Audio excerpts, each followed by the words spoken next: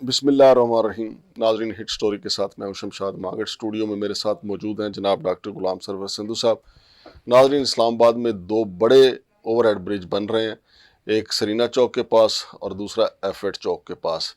F8 चौक वाला जो है उस पर जनाब डॉक्टर गुलाम सरवर सिंधु साहब ने अपनी ओपिनियन दी थी कि जो ही ओवरहेड ब्रिज से गाड़ियां उतरेंगी तो आगे F10 चौक आ जाता है। तो F10 चौक में जब हम पहुंचेंगे तो वहाँ एक नया रश जो है वो आपका मुंतज़िर होगा। तो डॉक्टर साहब से पूछते हैं कि डॉक्टर साहब का कहना है कि उसमें कुछ तब्दीलियां आ रही हैं। मैंने भी सुना है कि अब उसमें तब्दीलियां आ रही हैं। हमारा वो प्रोग्राम जो है वो चेयरमैन CDA और वज़ीर दाखिला तक पहुंचा है, तो बताएंगे तो डॉक्टर साहब ही कि क्या तब्दीलियां आ रही हैं। अस्सलाम वालेकुम डॉक्टर साहब। जी वालेकुम सलाम। डॉक्टर साहब, क्या तब्दीलियां आ रही हैं उस प्रोग्राम में? वो जो ओवरहेड ब्रिज, ये F8 वाला, पहले उस पर बात कर लेते हैं। हाँ जी, हमने एक्चुअली बात की थी मांगड़ साहब के जो मास्टर प्लान की कुछ प्रोविजंस हैं और उसकी दूसरे लफ्ज़ में कोई डिज़ाइन पैरामीटर्स होते हैं।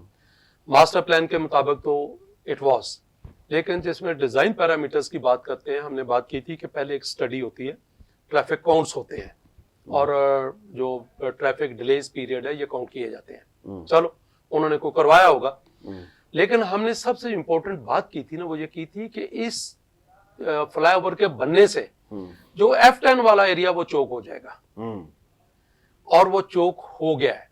अभी सिर्फ हालांकि जो लेफ्ट बाउंड ट्रैफिक है ब्लू एरिया की, वो पहले मुड़ जाती है G8 की तरफ। हाँ जी। इसके बावजूद जो है वो जो F10 वाला चौक और G10 वाला जो सर्विस रोड है वो ये चौक बिजी हो जाए, मतलब आपसे चौक हो जाते हैं फॉर आवर्स।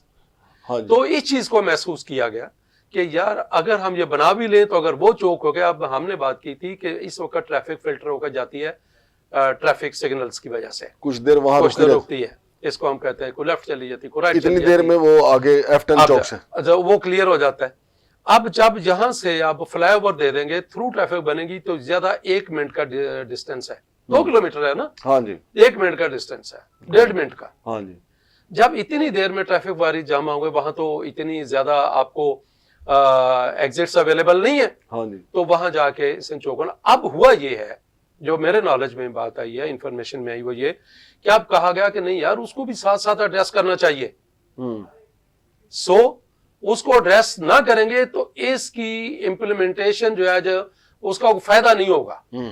इसकी एग्जीक्यूशन का, इसके बनाने का फायदा तब है अगर वो दोनों जो आपस में कनेक्टेड हो और वहां पे इस चीज का हल ढूंढा जाए।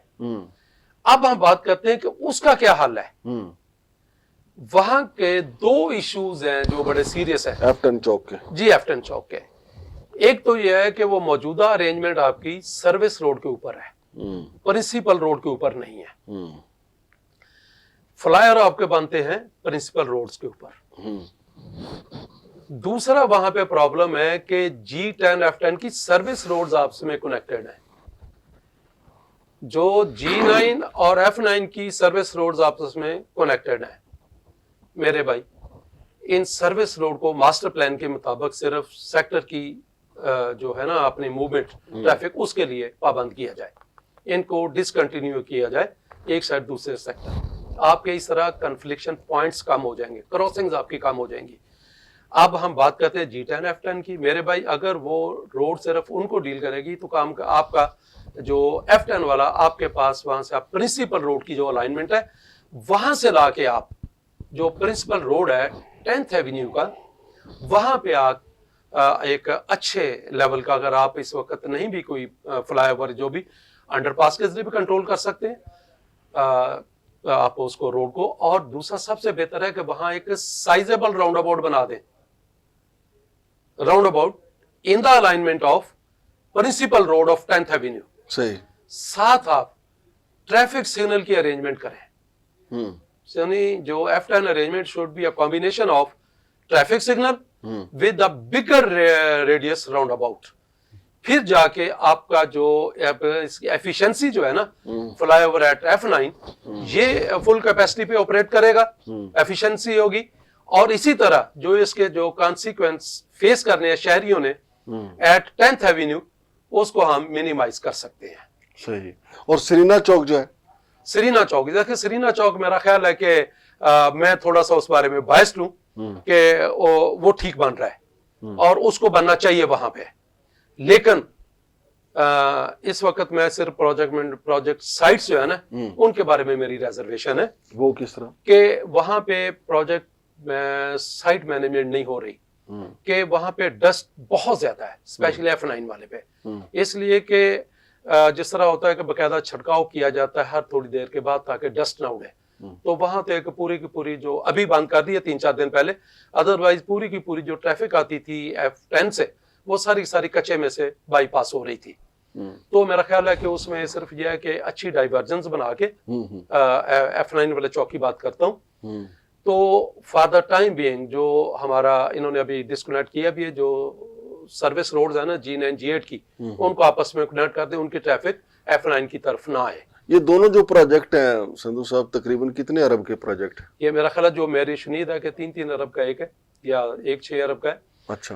कॉस्ट वाइज मेरा ख्याल है कि जो इस वक्त चल रही है उस हिसाब से इसमें प्रॉब्लम नहीं है। सही है। लेकिन मैं समझता हूँ कि इसकी जो एनवायरमेंटल जो इसके इम्पैक्ट्स हैं उसको कंट्रोल किया जाए और ट्रैफिक जो सफर कर रही है और F10 का 10th एवेन्यू वाला जो है उसको फौरी तौर पे एड्रेस किया जाए। एक और चीज है, प्रॉपर साइनेज नहीं है। साइनेज होती है कि अगर प्रोजेक्ट चल रहा हो ना तो आधा किलोमीटर 1.25 किलोमीटर पहले एक साइन बोर्ड्स लगा दिए जाते हैं कि जी राइट जाने वाले इधर को चले जाएं, लेफ्ट जाने वाले इधर को चले जाएं, तो वो साइनेज प्रॉपर नहीं है।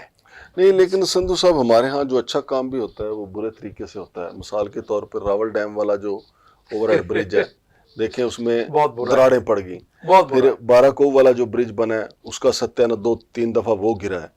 इसको कौन देखेगा कि F8 वाले को और सरीना चौक वाले को कि इसमें दरारें ना पड़े, ये गिरे ना, बार बार ना बनाना पड़े। यस, इसके लिए सर मैं समझता हूँ कि उन्होंने थर्ड पार्टी नेस्पा को रखा हुआ है। नेस्पा का इसको पहले नहीं मॉनिटर कर रहा है। पहले नहीं था रखा हुआ, मुझे उसके बारे में नहीं है।